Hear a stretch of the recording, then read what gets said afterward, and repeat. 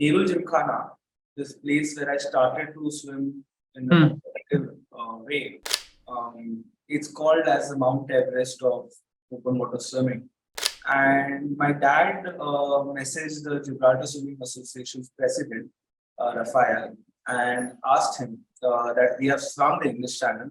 Now, when do we come and swim the Gibraltar? He's like, come before 14th, because if you come after 14th, there's a crazy wind and you'll have to wait for another month.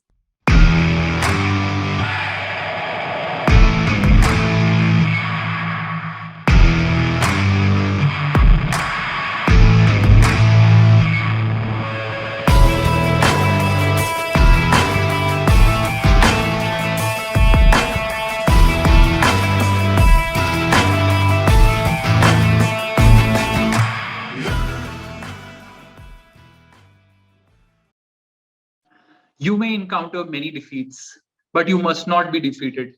In fact, these defeats come to you to teach you a lesson and to tell you what you are really made of.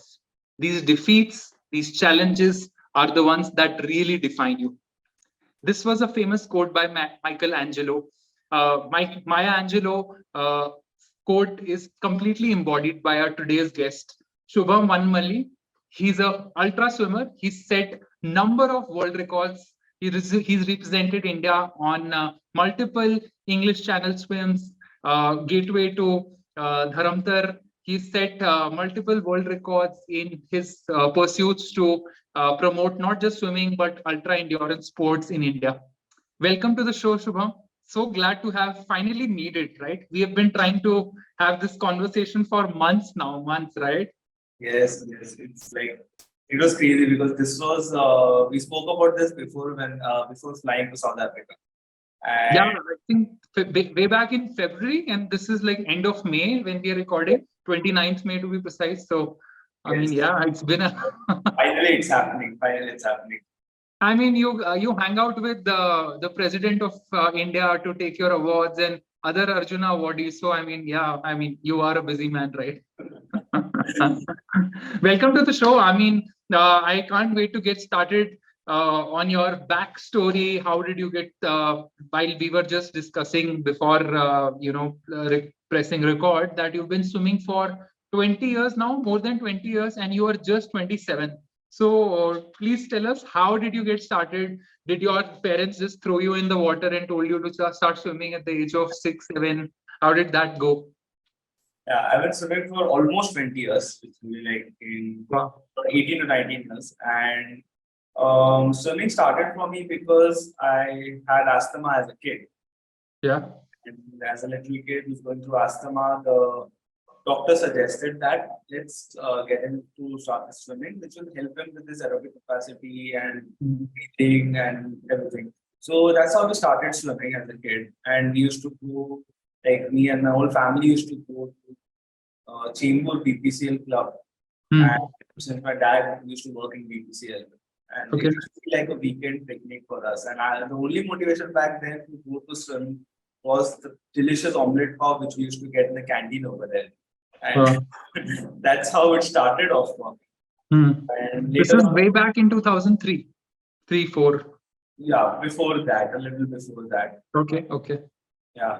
And in around 2003 and 4, Gymkhana, this place where I started to swim in a competitive way, they had launched a campaign. They had a battery test of multiple athletes, and they selected individual athletes for different sports. There was cycling, there was football, there was swimming, there was tennis. And this is way before time for them to do something like this in 2003, 2004. Till date, that something like this doesn't happen, where they have done a battery test of kids and adopted those kids for sports. So they never charged anything. It was called as Mission 2010, where they were developing athletes for Commonwealth Games Delhi 2010. And the program did not work out. The only reason was the idea of that program was way ahead of its own time. and the awareness and the importance of sports in life was not that well aware back then. But it did produce a few athletes, and I am one of the athletes who came out of that program, and that's how the swimming journey began for me. Wow. And I mean, this is over almost 20 years ago, and here you are. There's often, a saying that uh, great people have get overnight success, and I keep telling people that overnight success is something which takes about minimum 10 years and probably 15 or 20 years, and you are an embodiment of that. Do you believe in overnight success? Not at all, not at all. I have struggled for a really long time as an athlete also because uh, when I started to swim in a competitive way, uh, I always had issues in school. I always had issues at the issues were that I had communication issues with the coaches, with people around me. And for 4 years, I had not a single certificate, not a single medal. All I used to go for competition was for participation certificate. And I was just not good enough, and I was just like good for nothing kind of a kid.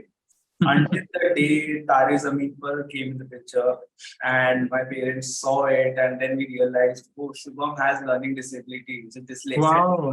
and ADHD, and that's when movie was going on, they were sobbing, but I was enjoying because I was relating to Ishan very well, and Wow. and once we came to know what was the issue, we had a issue in front of us, and now we needed the plan of action to work on it. And then we did a lot of counseling. I went to Dr. Anand Nantani and Shubham at IPA, Institute of Psychological Health in Thane. And when I started to go there, we could see a sudden difference in me because I seeked help when I needed it. In fact, I did not know that, but my parents knew that he needs help, and they were not shy of it, even though the topic was a big taboo for everybody, especially in household, and they were open about it. And then he suddenly saw me doing decently well in school and really good in swimming. And from a kid who was barely winning medals for the last 4 years, suddenly qualified from district, going to the state, going to the nationals, and Wow. an upward graph just began from there, and it never stopped after that day. My God. So all thanks to Aamir Khan, right? To be able to portray this story in a way which kind of touches lives. And it's so wonderful, right? The power of stories, how when you share some story in a form which is relatable to people. And sometimes, when we are faced with issues or problems, we feel that probably I'm the only one who's suffering like this. Is this the only, is there no better solution? We start to question ourselves, and then when you see something that which is portrayed in a way which is actionable, kind of changes lives, right? Stories are such powerful mediums. You are yourself becoming a storyteller, so to say, outside of your swimming profession also. So is that something that you learned early on, or how is it? And can you tell us a little more about your off swimming pursuits as well?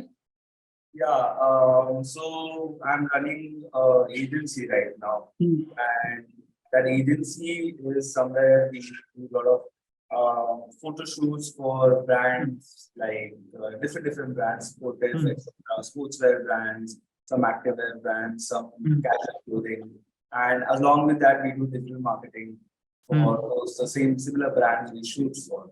And I was quick to realize that swimming would not be my bread and butter. And that's how I started doing this. And we have been doing, D0 Studio has been doing decently well now. Nice.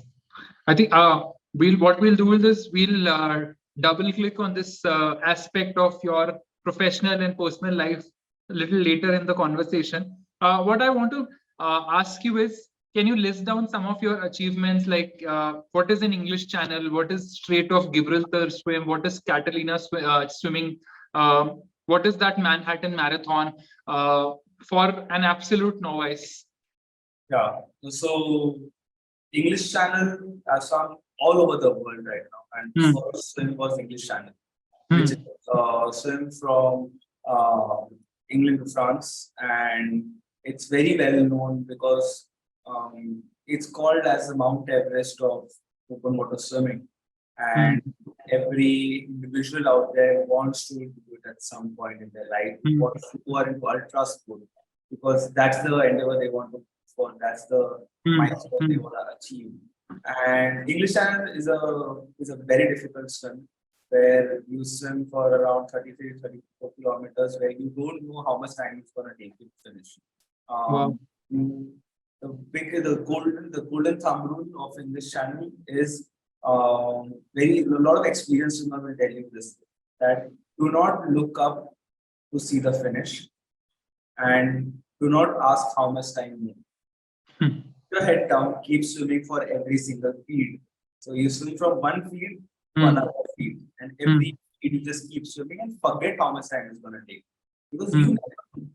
Like, even if I was a fast swimmer in 2014, and I was 18. I was still a competitive swimmer who transitioned into open water swimming and very good pace of swimming. So I was expecting to swim a faster time, but it took me 12 hours 42 minutes to finish it. Wow.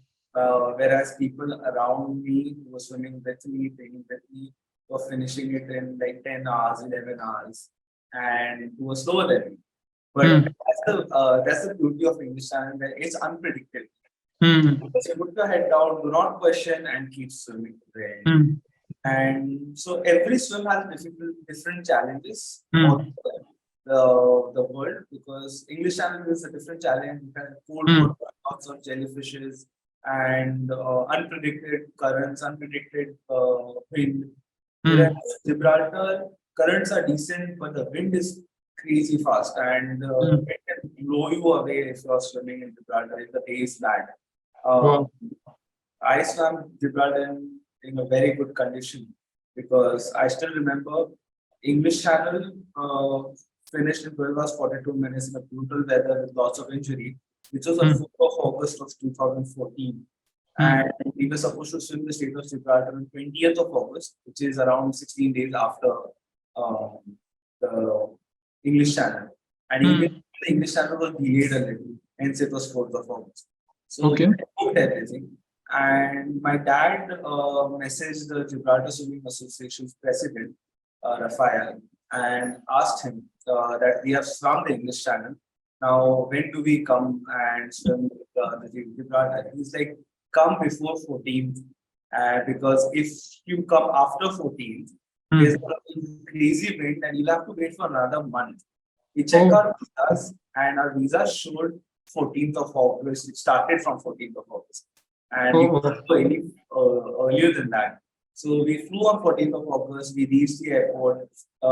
We take the cab. We give the call of the Gibraltar president to the cab driver. He gives them the address, and we reach the starting point of the swim. He takes our bags, puts it on the boat, and we have to swim right now, because in the next 4 to 5 hours the wind is going to change, and then we have time to swim. And I was not really happy, because I wanted it to be a very fast swim. I wanted to do the Asian record. So what happens is, a lot of times think that to make something legendary, to make a history, you need to have perfect conditions around. But that's not what it is. We have to be present to the opportunities that come to you. And that's when I just thought to myself, and I just channelized all my aggression I had, all the frustration I had, put my head down, kept swimming like a madman. And we did a nation record. We swam the Gibraltar of 16 kilometers in 3 hours, 16 minutes. And it was in 14th of August 2014.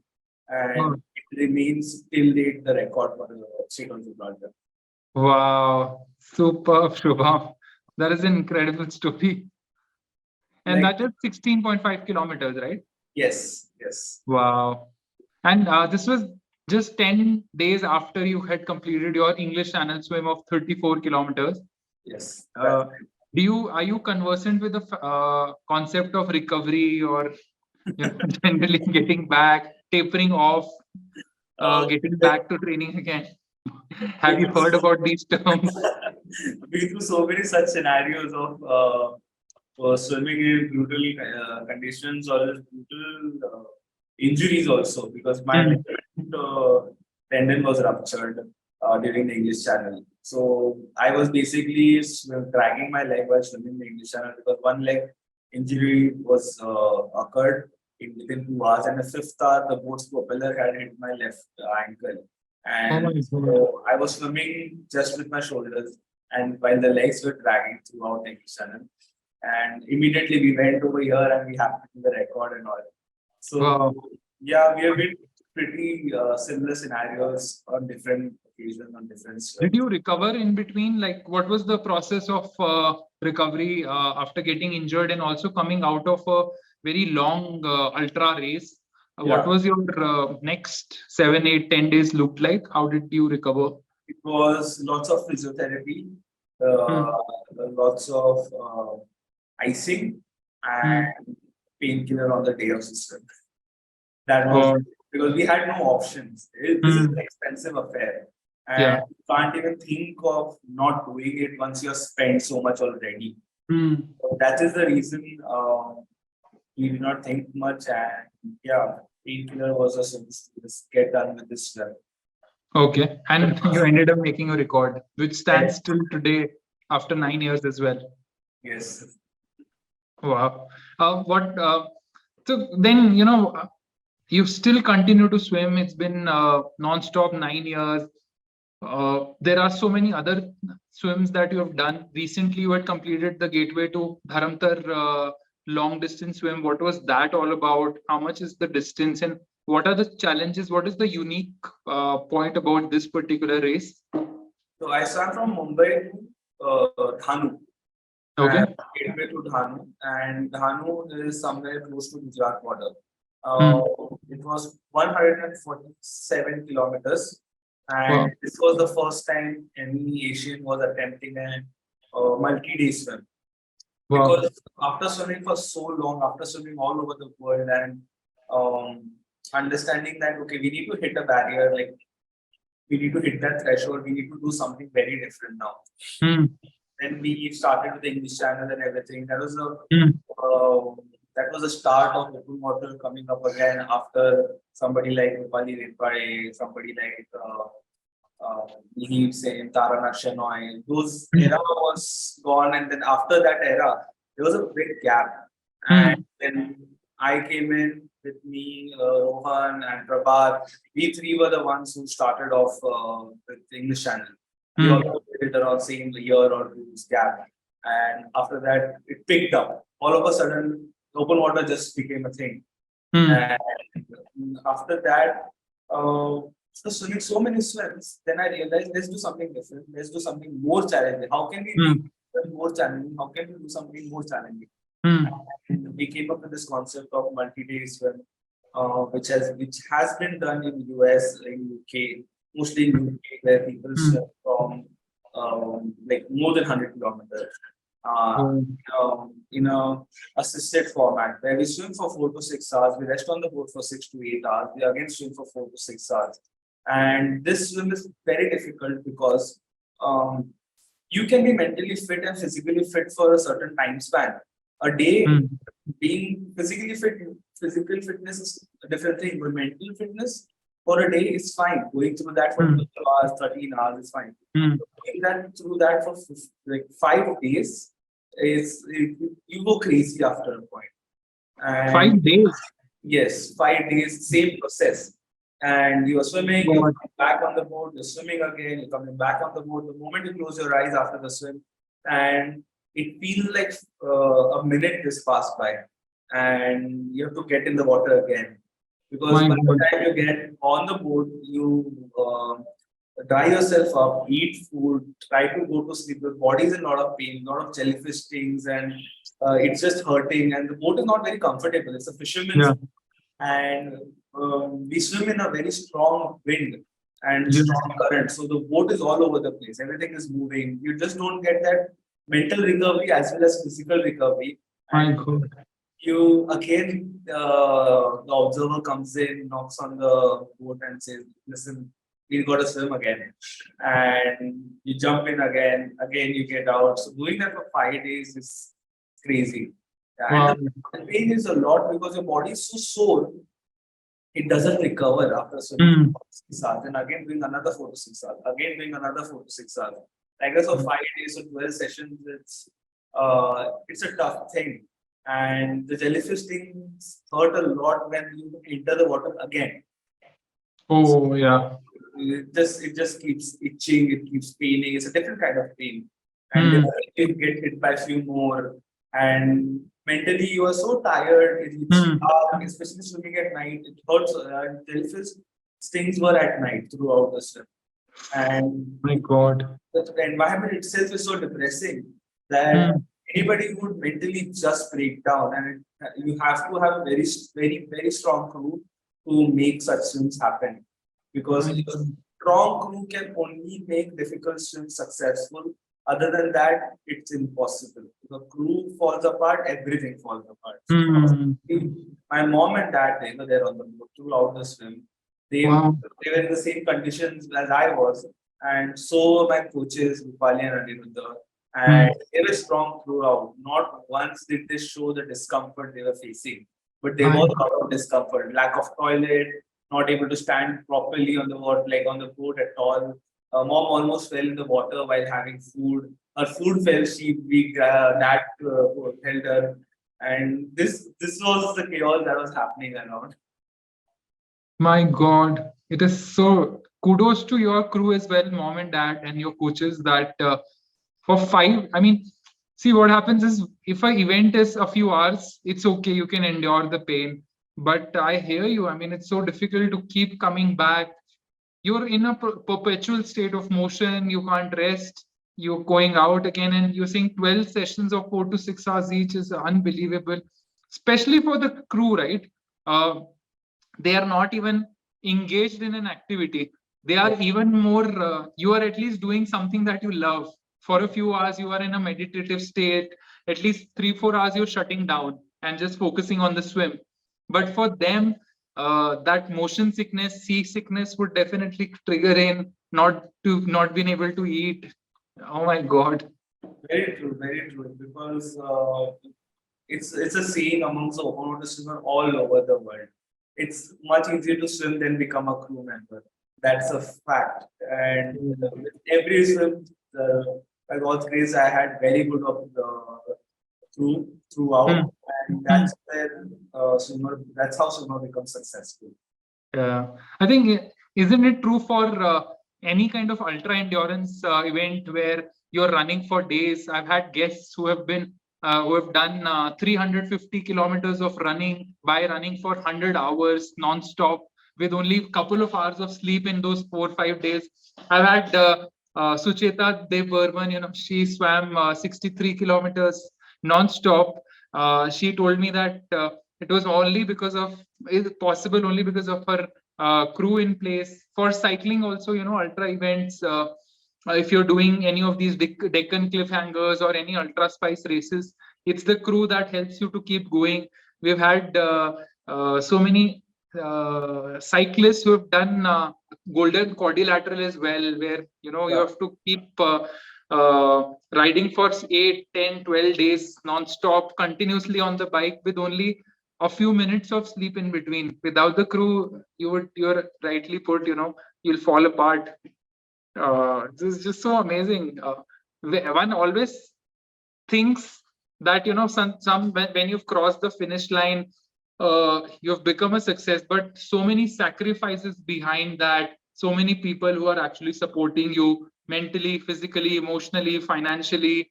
It's so crazy, and these unsung heroes actually go. You are still getting some recognition, some glory, but true hats off to your parents and coaches. Yeah, very true. Very true. I want to ask this question, and this has been asked multiple times by some of our viewers also. You are an accomplished swimmer. You've been swimming for 20 years. Yeah. Have you had any instances where you thought probably the worst will happen? Will I survive this particular swim? Will I come out of it? It's becoming impossible. What has been some of your worst nightmarish kind of swims? Many. I have many of those. English Channel was one, because Okay. English Channel really gets cold after the point, and I swam 10 hours on the physical strength. And after 10 hours, body didn't have any energy left in it. Hmm. I was struggling to keep my eyes open. My back was turned blue, my lips were turned blue. It was classic hypothermic case. My And God. my father was asking me if I'm doing okay. And can you hear me? Hello, can you hear me? Yeah. Yeah. So my father kept asking me if I'm doing okay, and I was communicating with him till 10 hours. But after 10 hours, I just didn't have the energy, so I should just give thumbs up.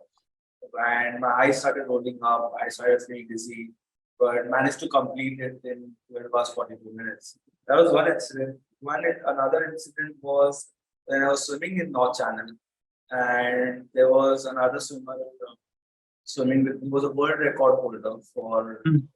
Five Channel from Hmm. Attila is his name. And we both swam together at a distance week where all the international swimmers come together in Ireland and swim together. And Hmm. swam together, and we knew each other. We started on the swim together, and the weather was very bad. We were aligned with each other, with each other's boats Hmm. individually. We were a few kilometers apart, but we could see each other while swimming. And there came a point where the distance between me and him increased. And around 7 hours later, I see a helicopter fly by. And it was at 8 hour speed. My crew told me that Attila has been taken to medical care in Scotland because he's hypothermic and Oh. not responding, he collapsed. And I was like, I hope he's okay. And then I keep swimming. And the day was very gray. We were pushing our limits. We were just pushing, cutting through the current and just swimming straight. And around 13 hours of continuous swimming, Hmm. around last 1 hour, the pilot, the observer of the Irish long distance swimming Australia, with whom I stayed for a couple of days also, he jumped in the water because he could see the symptoms, and he was asking me if I'm okay. I kept giving him thumbs up. And Hmm. there came a point where I just lifted my head to see the finish, and everything blacked out for me. I don't remember anything after that.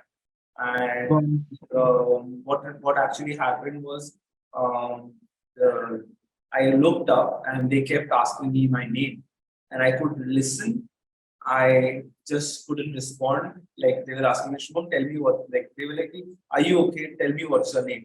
I know my name, but why am I not able to respond my name? I'm not hmm. able to say. And suddenly I just sunk in, and he held me by my hand. My, Fortunately, he was in the water. Somehow they managed to drag me out, and I'm unconscious, and they got me on the boat. While they get me on the boat, I was shivering, unconscious, but shivering very aggressively. That's when Brian, the boat pilot, he's a very experienced pilot, one of the oldest pilot North Channel has. And hmm. he said that I don't think we need to get in a helicopter. Body is shivering. That means body is regaining Trying. heat, and it's heating up. So let's see what happens. And in 40 minutes, I was back in my senses. Wow. That was one. Then one in Hawaii, I was studying at Hawaii, and before that only we did a swim in San Francisco, where a 16-kilometer swim, which was supposed to finish in 4 to 5 hours, took me 10 hours to finish. Oh It was my one of God. the most difficult swims I have done. Angel Island swim, round trip Angel Island, where I was supposed to finish at San Francisco Bay, but I was thrown off to the Golden Gate Bridge on the way back, and then swam back again to when the current is shifted. My Uh, God. Waited for the entire cycle of ending to finish and me swimming back, but I Wow. kept staying in the water. But after that, my shoulder started creating some problems, and Hmm. I was swimming in Hawaii. Um, Around it was chaos because Hawaii is a very difficult swim, and Hmm. swim at night, crazy waves, tiger sharks around, and Um, there is just a kayak with you, and there is a big boat which is further away because of the waves. It can't stay close to us. So hmm. I'm in dark with the kayak next to me with the shark shield. The shark shield is a wire which emits current. So Hmm. I was staying close to the boat, and I told the pilot that there's a wound on my leg. There was an open wound on my leg. So they were staying close to me. But what was happening was the boat, whenever boat used to come, the kayak used to come close to me, then I used to get hit by the shark fin. And I kept swimming around after few hours, my right hand completely stopped responding. And I was like, what's happening? My right hand was just hanging, and I was swimming with left arm. And the kayaker was also confused, like, is he okay? Like, why is he just swimming with one arm? And then for the feeding, the boat came back, the bigger boat. My dad was on the boat, and he saw me and he said, what's happening? And I was not able to manage the distance between me and kayak. It's a bit dark with the light on my head. And I used to get close, and because I couldn't balance, the kayak used to hit me, and I used to get the shock from the shark fin. So I used to try to go away, and there was a point where I went so away that I was not visible at all. And the kayak was somewhere else, I was somewhere else, the boat was somewhere else. And me trying to swim with one arm, while other arm is not having any sensation.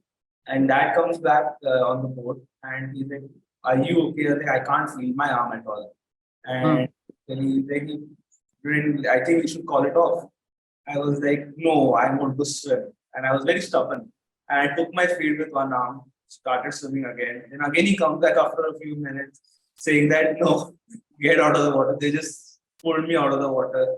And because it got very unsafe because of sharks, open wound, getting hit by the shark shield, and being in the dark at night that too. So we called off that swim. So these are a few experiences. My God. Oh my God.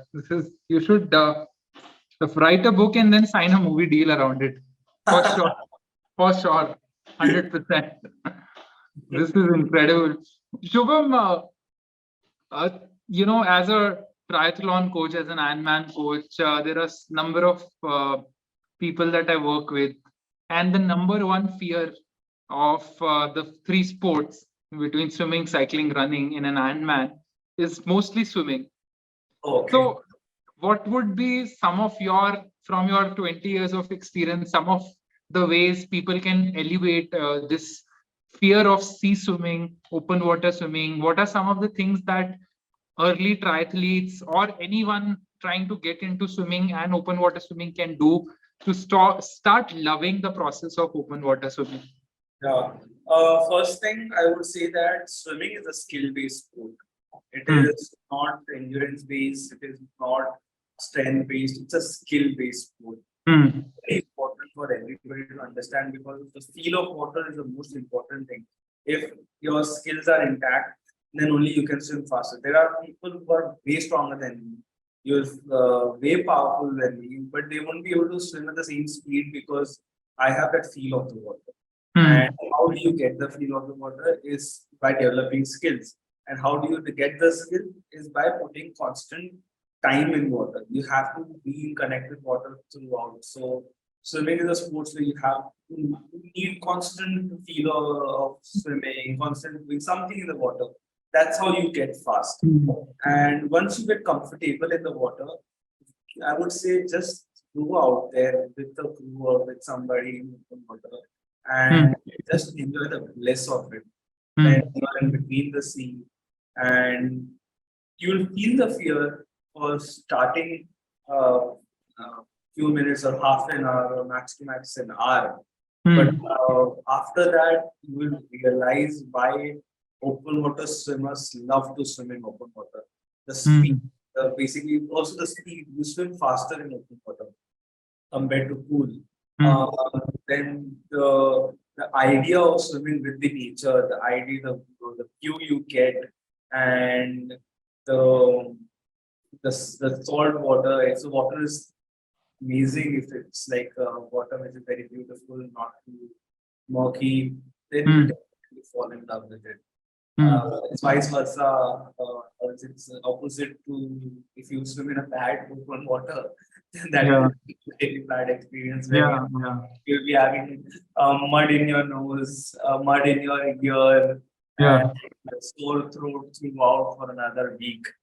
So make sure you have a good first open water experience. Mine was in Ratnagiri with beautiful water, with good current, and flat water, but with a current.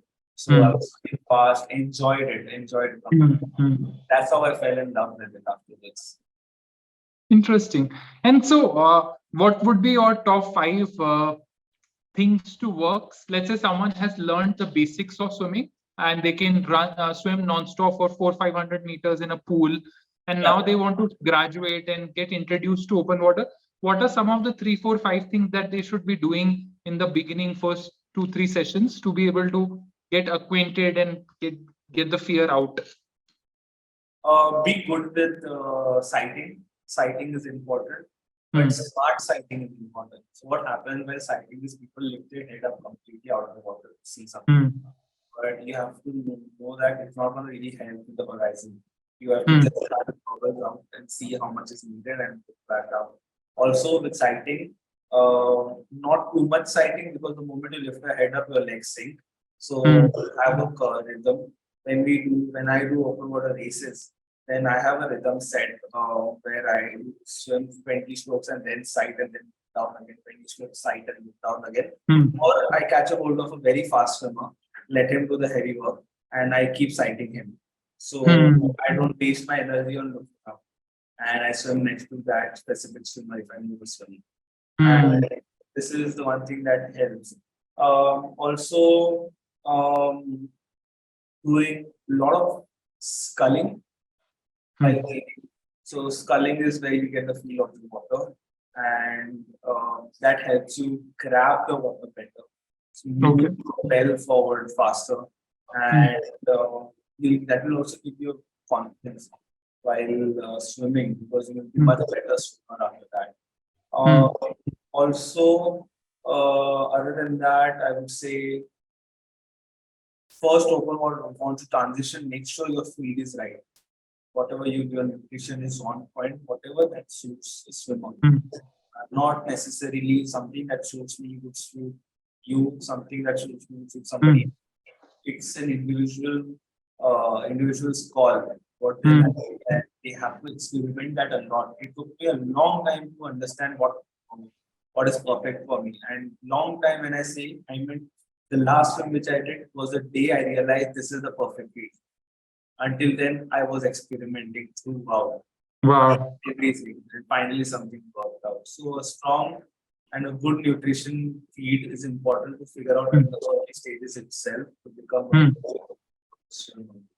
And a good stroke, an efficient stroke. Make sure your stroke is very efficient.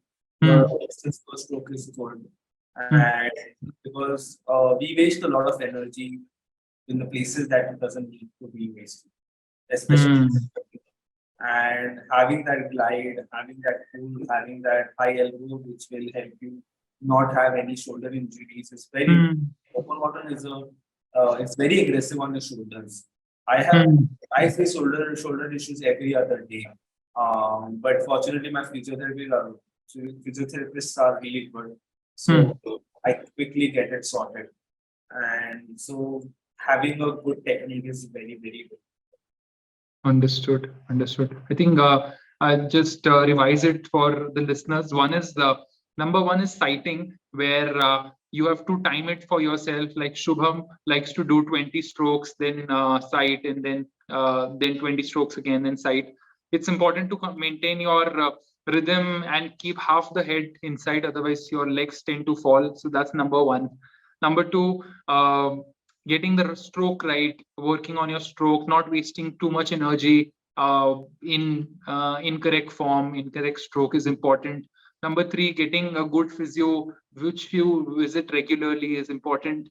Number four, I think getting the right feed, right kind of sports nutrition, which probably you need to experiment. You have taken a number of years to be able to arrive at what works for you. So experimenting in training sessions with number of different brands might help you for getting a better nutrition. Anything that I missed out for newbies? Very good. Technique. Okay. Yeah. Yeah. I think for anyone, especially our listeners who are triathletes, it's important to know that when you are trying to swim, this is the first sport that you're getting into. You have to relax yourself, probably get into the water 10 to 15 minutes before the gun time so that you can feel the water, get your heart rate slightly up, and then relaxed again instead of just jumping into water. Oftentimes, what happens in triathlon is that so many people get into the water and then everyone is trying to kick and swim, and you get kicked very badly. Some people end up losing their goggles, bleeding, and all of that. So it's important to sort of stay in your lane, try to sight someone next to you, and keep going. Don't worry. The idea is to come out of water as fresh as possible so that bike and run is something that you can focus on instead of getting worked up and going into zone 5, zone 4, zone 5 during your swim, right? Um, with this is very true about the open water, the starting of the swim. Even in our races, it's like survival of the fittest. Yeah. Like I haven't done I haven't done triathlon, but I Yeah. have done races. I've done the start of the open waters, and it gets crazy. You get pulled. Either you pull or you're gonna get pulled. Yeah. Yeah. Like that, and there are groups who are swimming together, and either you are a very big guy just ramming through the everybody, or you will be left away, like aside. It's a Yeah. very brutal in its own way. So yeah, the same with me with races. At first, I struggled because I was a bit kid and then skinny also at the same time. And I got pulled in by people. I got scratched. I got my suit torn. And slowly, as my gained size, as I gained experience and everything. And then I was just ramming through everybody, just swimming strong and not caring about anybody around me, ahead of me. Interesting. So, Shubham, we've reached towards the end of our discussion. One question that comes to my mind is you have broken so many records, and as you claim that you're still learning so many new facets of swimming itself, including nutrition, recovery, physiotherapy, having really bad nightmarish experiences. Also, what's next for you? What do you where do you see yourself doing? What some of the races that you want to do in the future? So since now we are planning to do something very big, something which will be, people will say that, oh, that's insane. How can you even think of doing something like that? Okay. So we're planning to swim from Goa to Gateway of India for 413 kilometers, and it's gonna take around 10 to 15 days time. And My God. 5 days, I thought 5 days was bad. 15 days are gonna be brutal compared to that. Oh my God. When do you plan to do this? And like, if anyone wants to sort of join in whatever capacity, how can they reach out? Yes, yes. Anybody can DM me at Brown Waters on Instagram, and planning to do this by the year end. The best day we get. I think there was some issue. Can you repeat that, please? I think some network issue. Yeah, so we'll be doing that the swim at the year end. Okay. Depending on the good tide, good day, decent weather, and if anybody wants to help me out in any way possible, then they can definitely DM me in my personal Instagram account, which is Brown Waters.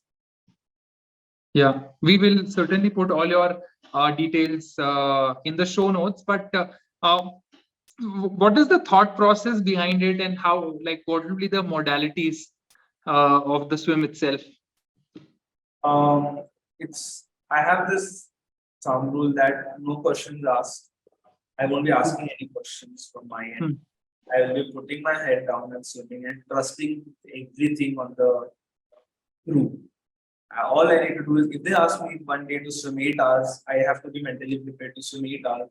If they ask me to rest for an hour after that and again swim an 8 hour, I will still do that without questioning why, without questioning how. It's just my job is simply going to be there to put my head down and swim, Rest all, if I'm going through anything, that's going to be handled by the crew member. If I have an injury, that will be handled by physiogenesis. If I have having anything like issue with recovery, again, same. If there is some issue with nutrition, my coaches will take care of it. All I need to do is one mind focus, head down, swim, come back on the boat, sleep, get up, swim. That's all what I'll be doing for another, like, during the swim for 10 to 15 days. My God. And so what does the next 6 months, 6 to 8 months that you have for preparation look like? An average week of training would be how much? And I'm sure it will progress as you come closer to the race. But what will be a average week look like? Right now it's so difficult because I just came from a phase and transitioning in other phase because I came back from South Africa, which is very cold swim, so I put on a lot of weight. We needed a lot of weight to survive in around 12 degrees Celsius.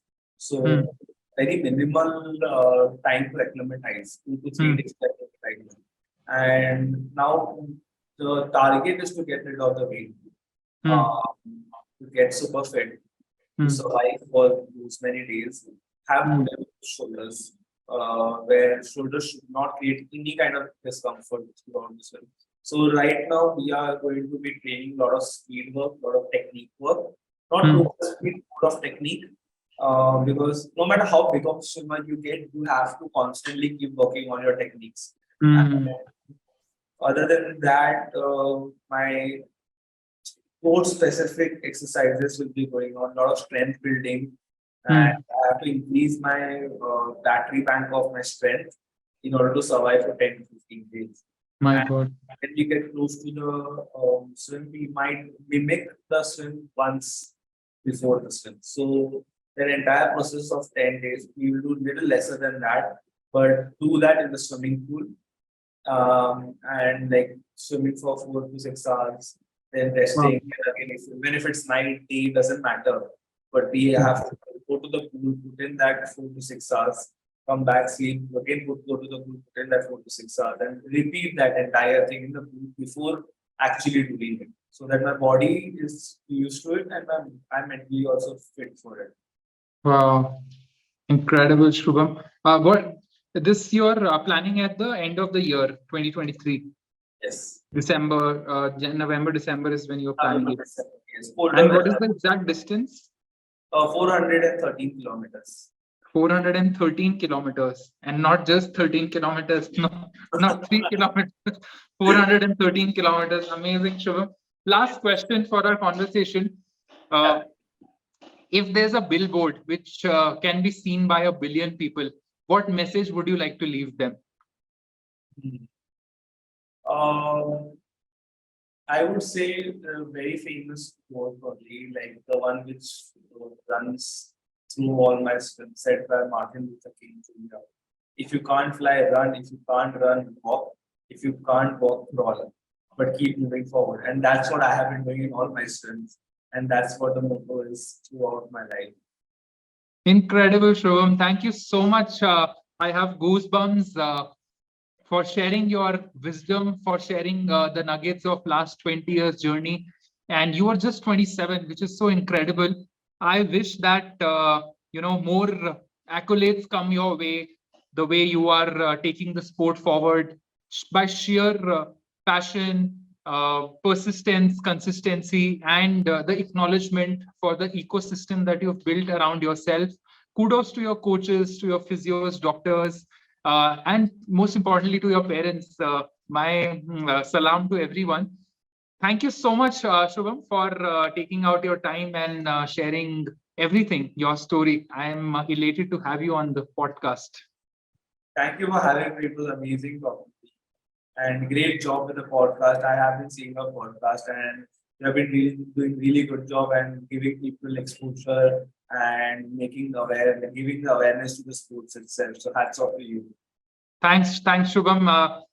Thank you, listeners. If you've been sticking around with us till the very end, I'm going to put Shubham's details, Instagram handles on the show notes. Please don't forget to subscribe to the channel and also follow Shubham on Instagram. I think you will find enough motivation, inspiration for getting started on your open water journey. For triathletes who have been watching this, please go back and revise what the pro has just shared with you. Let's continue to train, endure, and conquer in life. See you in the next episode.